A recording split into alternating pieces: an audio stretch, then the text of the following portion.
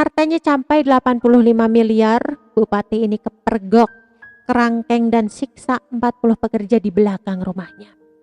Kejahatan Bupati Langkat, terbit rencana parangin angin akhirnya terbongkar. Tak hanya diduga melakukan korupsi, Bupati Langkat nonaktif ini ternyata juga memperbudak 40 pekerja secara tak manusiawi. Bagaimana tidak bupati ini tega mengkerangkeng 40 pekerja di sebuah penjara besi di belakang rumahnya. 40 pekerja tersebut dipaksa bekerja hingga 10 jam dan hanya diberi makan 2 kali sehari. Kejahatan mantan bupati terbit rencana perangin angin ini terungkap setelah harta kekayaannya yang mencapai puluhan miliar rupiah dicurigai KPK.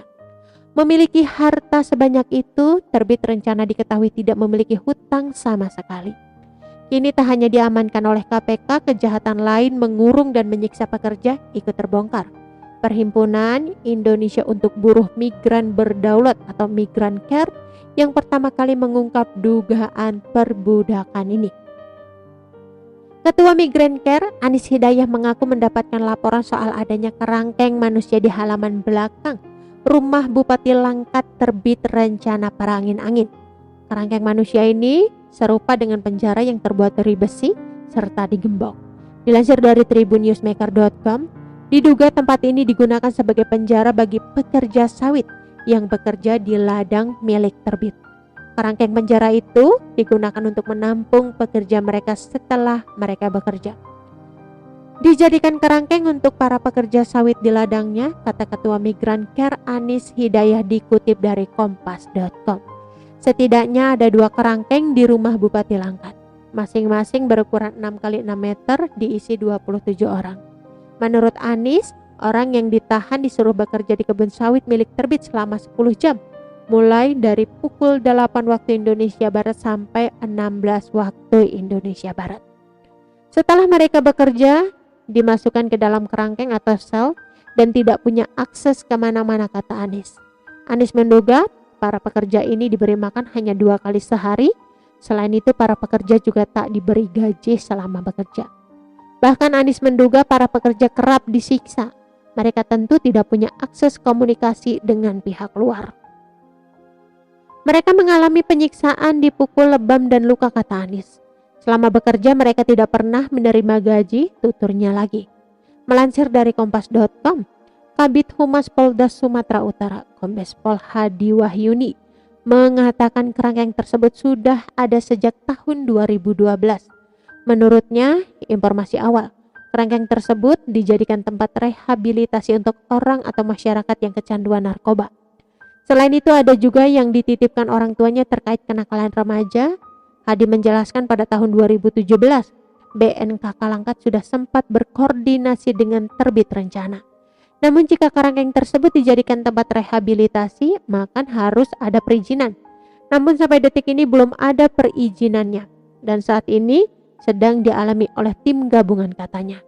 Ia menjelaskan mengenai hal-hal atau informasi yang berkembang saat ini masih digali informasinya di lapangan. Selnya ada, ruang tahanan itu ada, betul, dan ini yang sedang dialami tim. Tim sudah meminta keterangan 2 penjaga di tempat itu, ungkap Hadi. Gubernur Sumatera Utara Edi Rahmayandi mendesak polisi untuk segera mengusut keberadaan kerangkeng di rumah pribadi terbit rencana perangin angin. Edi mengaku baru saja mendengar informasi tersebut, karena itu ia belum bisa memastikan apakah kerangkeng itu untuk penampungan manusia atau tidak. Nanti saya cek dulu. Yang pastinya kalau itu harus diusut dan dijawab untuk apa, kata Edi saat ditemui di rumah dinasnya di Medan pada Senin 24 Januari 2022. Menurut Edi, apabila kerangkeng tersebut untuk menghukum orang maka sudah pasti suatu pelanggaran. Edi mengatakan tidak ada aturan yang memperbolehkan manusia memiliki kerangkeng untuk menghukum manusia lain. Kalau itu untuk menghakimi orang kan gak boleh. Penjara saja sebelum keputusan hakim berkekuatan hukum tetap tidak boleh menahan orang dalam kerangkang. Itu yang sah, apalagi rumah yang punya kerangkeng, kata Edi. Dari sisi kekayaan, terbit masuk dalam daftar kepala daerah terkaya di Indonesia pada 2021 menurut Harta Kekayaan Penyelenggara Negara atau LHKPND. Terakhir kali terbit menyerahkan LHKPN pada 31 Desember 2020 sebagai laporan periodik. Menurut LHKPN-nya, terbit memiliki jumlah kekayaan mencapai lebih dari 85 miliar rupiah.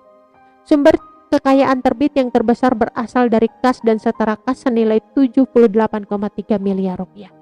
Ia tercatat memiliki 10 bidang tanah dan bangunan yang berada di Langkat serta Medan.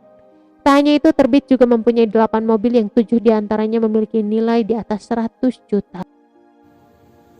Oke teman-teman, itu sedikit berita dari channel Vlog Berita. Sampai ketemu lagi di berita-berita selengkapnya. Assalamualaikum, bye-bye.